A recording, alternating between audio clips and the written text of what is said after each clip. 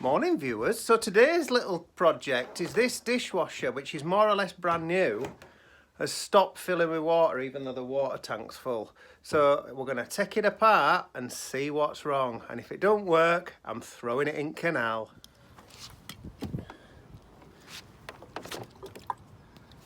Come on you bugger.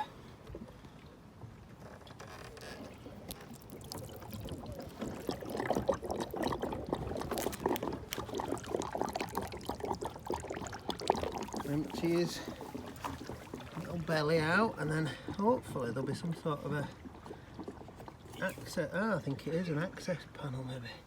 I bet you undo that and it pulls forward.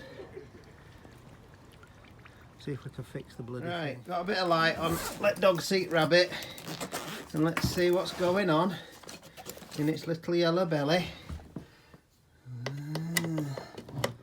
Alright, it's typical, innit? Oh, swine.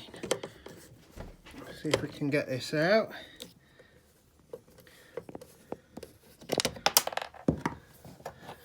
Right.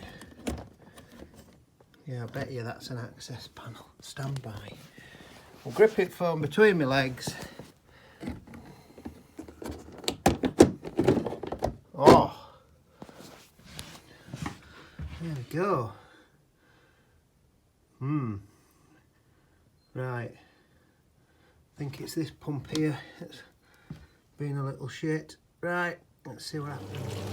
Well, that was a simple fix. It looked like it was the float switch at the bottom was kinked, so it thought it was flooding, and the peristatic pump, which runs the filling mechanism, had cut out.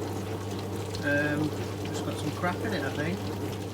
Not the easiest place to try and fix a dishwasher on back at boat, but I wanted to plug it into a permanent water supply because you can just fill it through the hole.